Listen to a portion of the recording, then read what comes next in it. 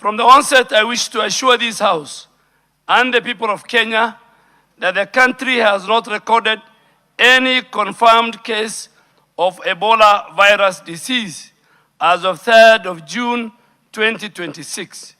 The government is, however, treating the regional outbreak with the seriousness it deserves, because Ebola is a severe disease with high fatality and huge public health threat.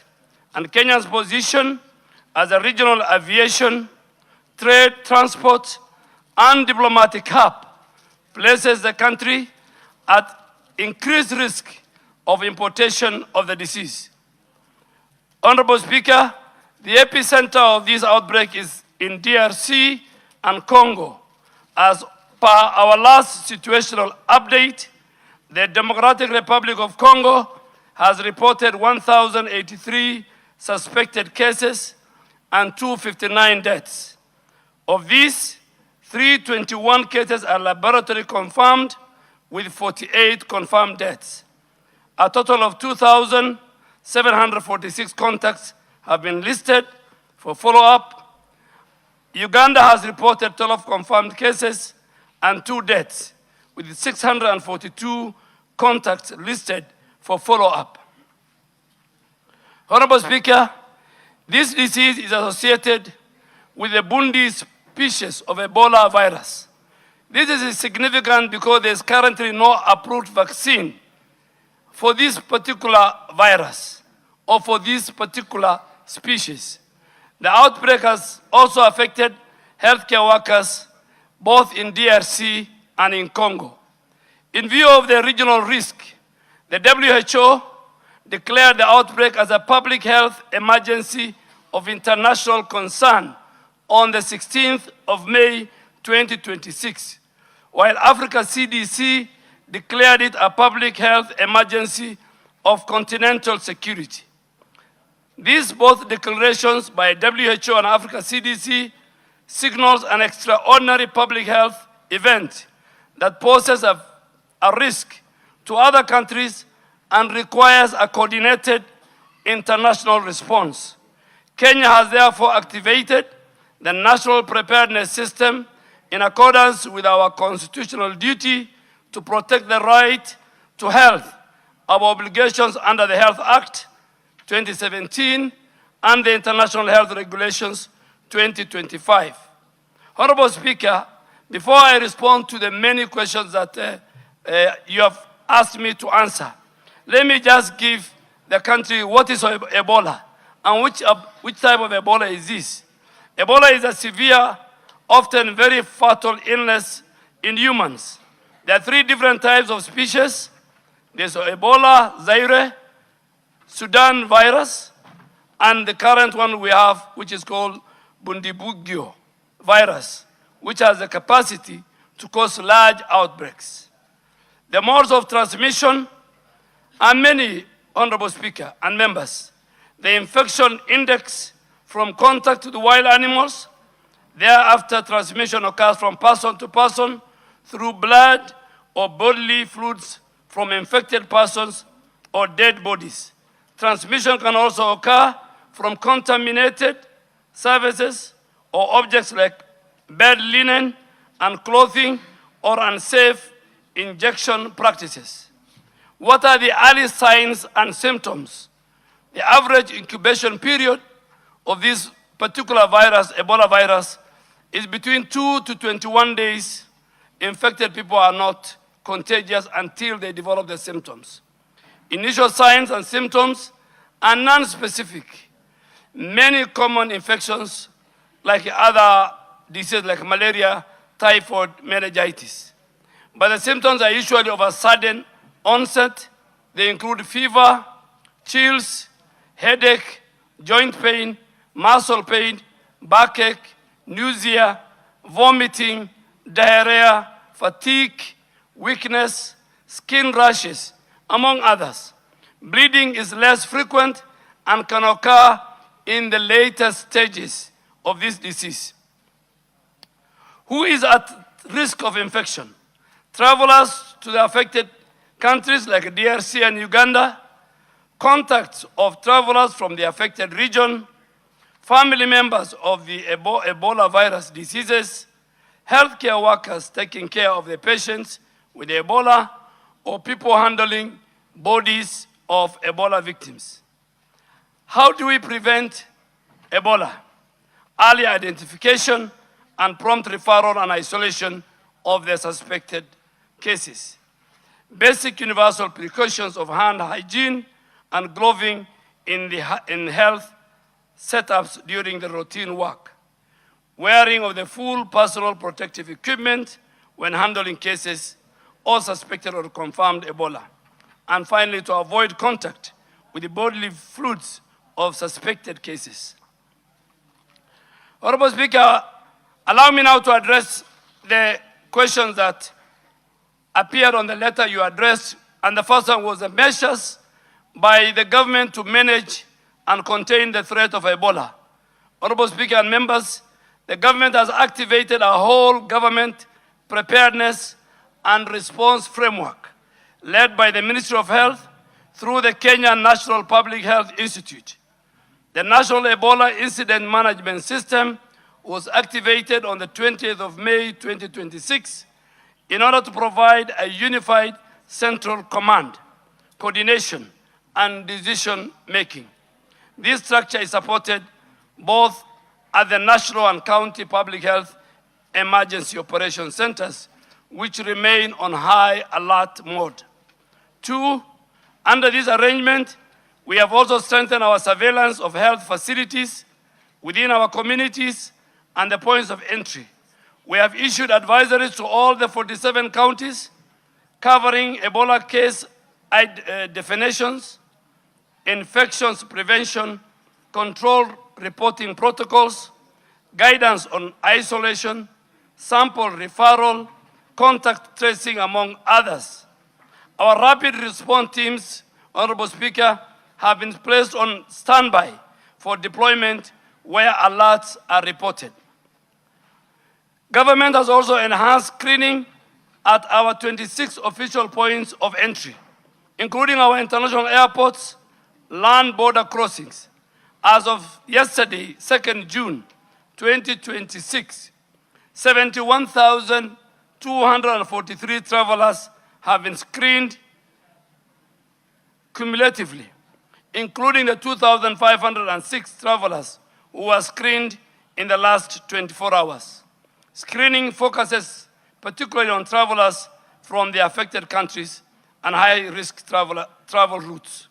To date, Honorable Speaker, the national surveillance system has captured and investigated 22 suspected alerts from across the country. All of them have tested negative. These alerts were reported from Nairobi, Kiambu, Uasin Gishu, Nyeri, Nakuru, Nyamira, West Pokot, Kisumu, and Bungoma. In the last 24 hours, 3 alerts from Nairobi, Uasin Gishu, and Bungoma were investigated and they were confirmed negative. Honorable Speaker, the Ministry has also operationalized the public communication mechanism. In 4 hours, Uasin Gishu, Nyeri, all of them have tested negative. These alerts were reported from Nairobi, Kiambu, Uasin Gishu, Nyeri, Nakuru, Nyamira, West Pokot, Kisumu, and Bungoma. In the last 24 hours, 3 alerts from Nairobi, Uasin Gishu, and Bungoma were investigated and they were confirmed negative. Honorable Speaker, the Ministry has also operationalized the public communication mechanism, including the national number, toll number 719, which is our public health hotline, to facilitate communities to report, to do public inquiry, and to give health advisory. Public messaging is being disseminated through the national and the county channels in order to educate the public on the risk factors. Honorable Speaker, the second area you told me to address through the letter from Parliament was the preparedness of the public health facilities, the isolation units, the medical facilities, and trained personnel. Honorable Speaker, the House specifically requested a report on the level of preparedness of public health facilities, including isolation units, medical facilities, and trained personnel. And I want to confirm that the Ministry of Health has undertaken facility readiness assessment and continue to strengthen capacity at the national referral facilities and in counties considered at high risk.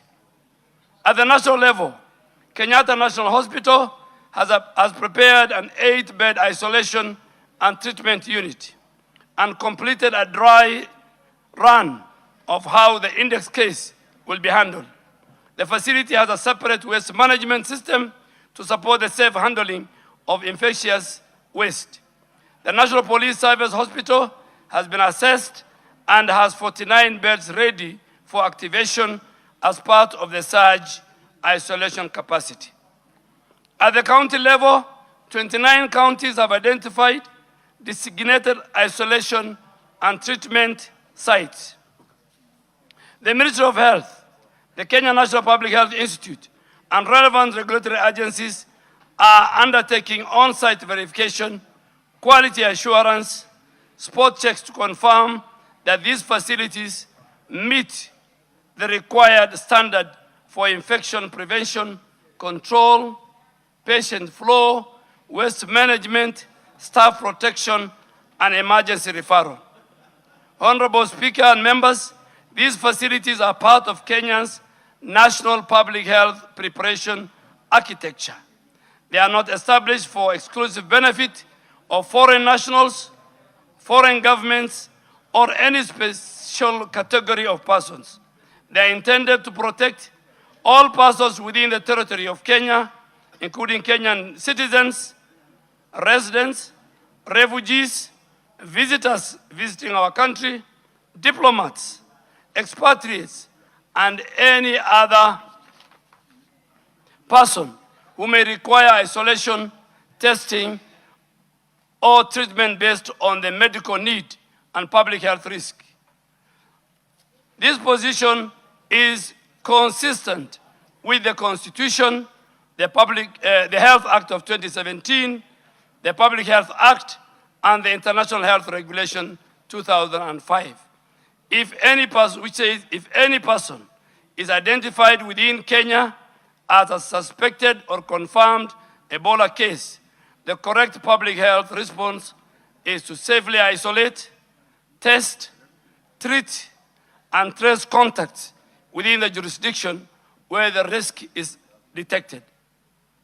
On personnel readiness, Kenya has mapped a surge capacity of 241 expert responders comprising of 51 epidemiology and laboratory training program, 118 African volunteer health corps professionals, 72 basic health emergency management specialists, and these teams are on standby for deployment to support surveillance, contact tracing, case investigation, laboratory diagnosis, and field responses. Additionally, 1,069 national and county health workers have been sensitized on Ebola preparedness and response through a very structured virtual sessions. On-site training and simulation drills have been undertaken in Busia County and Busia border, where 60 health workers have been trained, and additional exercises are going on our plan for the county of Turkana and Trans Nzoia. A national tabletop exercise is scheduled for 15th to 18th June 2026 to test coordination, referral, laboratory, and response. Thirdly, Honorable Speaker, you have asked the measures we have activated as a ministry, which I have really enumerated. Honorable Speaker, in surveillance, the health facility and community-based surveillance have been intensified. Ebola case definitions have been distributed to all counties. Rapid response teams remain on 24-hour standby. Counties have also been directed to identify and operationalize isolation facilities, holding areas, and quarantine facilities. At our points of entry, screening has been strengthened through health declaration requirements, temperature screening, symptoms assessment, and referral protocol. Thermal scanners, holding rooms, ambulance systems are being reviewed and activated in all our priority ports of entry, including major airports and high-volume land border points. On our laboratory preparedness, the virus being an extreme biohazard, 4 laboratories have been designated for Ebola testing. The National Public Health Laboratory, KEMRI Nairobi, and KEMRI Kisumu, and a mobile laboratory deployed to Busia. These laboratories are equipped for molecular diagnosis with a mobile laboratory positioned to reduce the turnaround time in the border region. However, Honorable Speaker, I wish to be very candid with this House. While laboratory capacity is strong, the current stocks of specialized test kits, reagents, personnel protective equipment, which are estimated to support only approximately the first 200 suspects, are in place now.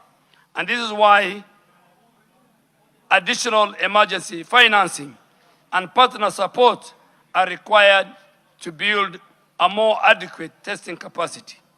In infection prevention and control, the World Health Organization has provided 1,000 Ebola PPE kits, which are available in the country and being prepositioned to support preparedness activity. Initial preposition is focused on strategic sites, including Kenyatta National Hospital, Kenyatta University Teaching, Referral and Research Hospital, Mombasa, MTRH in Eldoret, Turkana, and other high-risk points of entry. Honorable Speaker, the 4th item was on regional cooperation coordination with our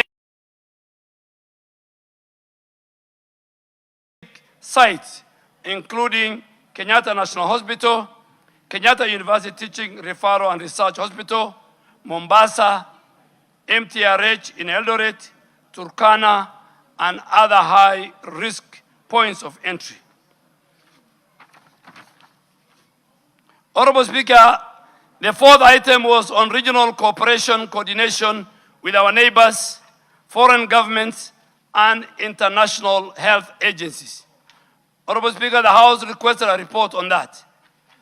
Kenya is working closely with all the affected and neighboring countries, regional institutions, international partners, because Ebola is not a national problem. It's a regional, it's a global security, it's a global public health security threat. The ministry is engaging in cross-border coordination with our sister country, Uganda, with a particular focus on sharing surveillance, information, traveler screening, case notification, contact tracing, laboratory referral, and rapid response readiness. Kenya is coordinating, and we have held meetings at the highest level with the World Health Organization, with the Africa CDC, with the IGAD, with the EACC, with the International Organization for Migration, with the U.S. Center for Disease Control, all these at ministerial level, and with other development partners. This cooperation is focused on surveillance, on laboratory support, on simulation exercise, on technical guidance, training, risk communication, logistics, and partner resource mobilization. And I wish to emphasize, Honorable Speaker, that international cooperation does not mean surrender of our national authority and sovereignty. All public health decisions within Kenya remain under the authority of the government of Kenya. International partners provide technical assistance, commodities, financing, training, and logistical support. Regarding the recent media reports alleging that Kenya has entered into an agreement with the United States of Government to establish a quarantine facility for U.S. citizens or foreign nationals, I wish to state it clearly that Kenya and the U.S. government signed an agreement on cooperation in threat reduction, biological and infectious diseases engagement program on the 24th July 2015 during the state visit of our President and President Barack Obama. President Uhuru and President Barack Obama.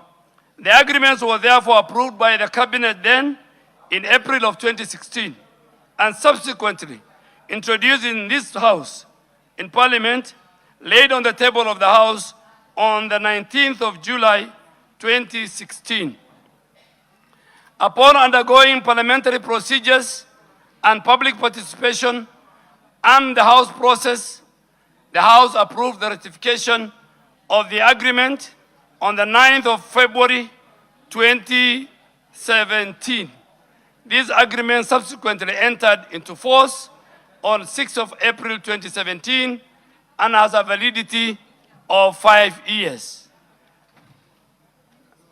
And Honorable Speaker, the renewing of this cooperation was again signed and came into force on the 5th of April 2022, which the annex I have provided.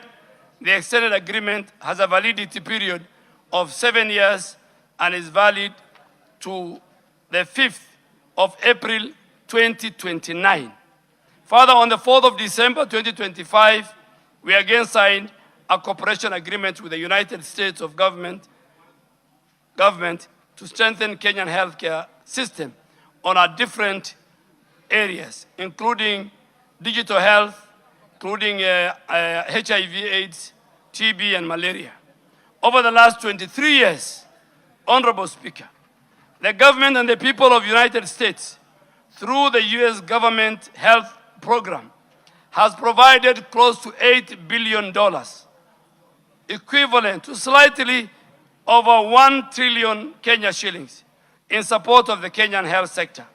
This investment has significantly strengthened our national response to HIV, TB, malaria, maternal newborn, and global health security. The government of Kenya deeply appreciates this long-standing partnership and remains committed to ensuring that the gains made are sustained through the increased domestic investment, strengthened institutions, and successful implementation of the Kenya-US Health Cooperation Framework, which provides a pathway towards greater country ownership and sustainability of our health program. Honorable Speaker, the proposed Ebola treatment and isolation unit at Laikipia Air Base is part of the 23 similar units to be established in the country as part of our preparedness and response. This facility will jointly be run by the government of Kenya and the U.S. government under the command of the Air Force Commander, the base commander, and the entire medical team of the Kenya Defense Forces, working together with the Ministry of Health. This proposed facility reaffirms Kenya's position as a medical hub in the East Africa region with the capacity to offer specialized care for complex infectious diseases like Ebola. I must also inform the House that aspects of the matter relating to the alleged international health agreements and containment arrangements are now before court. Accordingly, and in keeping with the doctrine of sub judice and standing orders of this House, I will avoid discussing the merits of any active litigation. But I will, however, continue to provide this House with the government's public health position and preparedness status. Honorable Speaker, you also asked about the establishment and accessibility of the Ebola disease control and isolation centers. Honorable Speaker, the House asked where the Ebola disease control and isolation centers have been established in the country. And I want to say this. I hasten to add that there is a significant presence of Kenyans in the affected regions of both DRC and Uganda. Many Kenyans work in Uganda and do business both in Uganda and DRC. And two of our leading banks, KCB and Equity, employ Kenyans who live in that region. In addition, Kenya has approximately 450 specialized KDF officers and servicemen who are in DRC under the MONUSCO peacekeeping mission. Any of these Kenyans could be exposed and could require a quarantine and isolation facility back home in Kenya. The government has established undesignated isolation and treatment capacity as part of our national preparedness. These include, I said, our national referral facilities, our county designated sites, temporary holding areas for points of entry, county isolation facilities. These facilities are being progressively verified for quality, for safety, and for readiness. And I want to reiterate that all such facilities are established for the protection of the people of Kenya and all persons within the Kenyan borders. They are not only foreign facilities, they are not for foreign facilities, they are not exclusive facilities, they are not facilities reserved for any nationality, they are public health assets established and coordinated under the authority of the government of Kenya. In the event of a suspected case, the response will be guided by medical triage, exposure risk, clinical need, and public health protocols. A Kenyan citizen, a foreign national, a refugee, a diplomat, an expatriate, or a traveler will be managed according to the same public health principles: safe isolation, testing, clinical care, contact tracing, prevention of further transmission. Our objective as government is to protect communities, to protect healthcare workers and the country. When a case is detected, the safest place to manage it is within a properly equipped isolation and treatment facility under the controlled conditions. Finally, Honorable Speaker, you have told me to give guidance on the public health guidance. Honorable Speaker, any person who develops fever, headache, vomiting, diarrhea after recent travel to the affected areas or one of their community members after contact with a suspected case should seek medical attention immediately and report through the 719 public health hotline. Honorable Speaker, our readiness assessment gaps and resource requirements are all provided in this document, and I think I have provided the agreements, the documents, but just to conclude so that I take questions from members, Honorable Speaker and members, it's very important, you play a very important role in the public health protection of our country. Misinformation during disease outbreaks can cause panic, can cause stigma, can delay health seeking and resistance to public health measures. I therefore request members of this House to support the Ministry of Health by amplifying accurate information, encouraging early health seeking behavior, supporting screening at border points of entry, and urging the public to use the official 719 hotline. Honorable Speaker, I want to repeat for emphasis, Kenya has no confirmed case of Ebola virus disease. Our surveillance systems are active. Our laboratories are functional. Our points of entry are screening travelers. Our rapid response teams are on standby. Our health workers are being trained. Our isolation facilities are being verified and strengthened. And the government of Kenya remains fully in control of the preparedness and the response architecture. Our approach is guided by science, the law, the national interest, the public health protection, and the international obligation that as a country we have. We will continue to act transparently. We will continue to act decisively. We will continue to respond responsibly in order to protect Kenyans and all persons within our borders.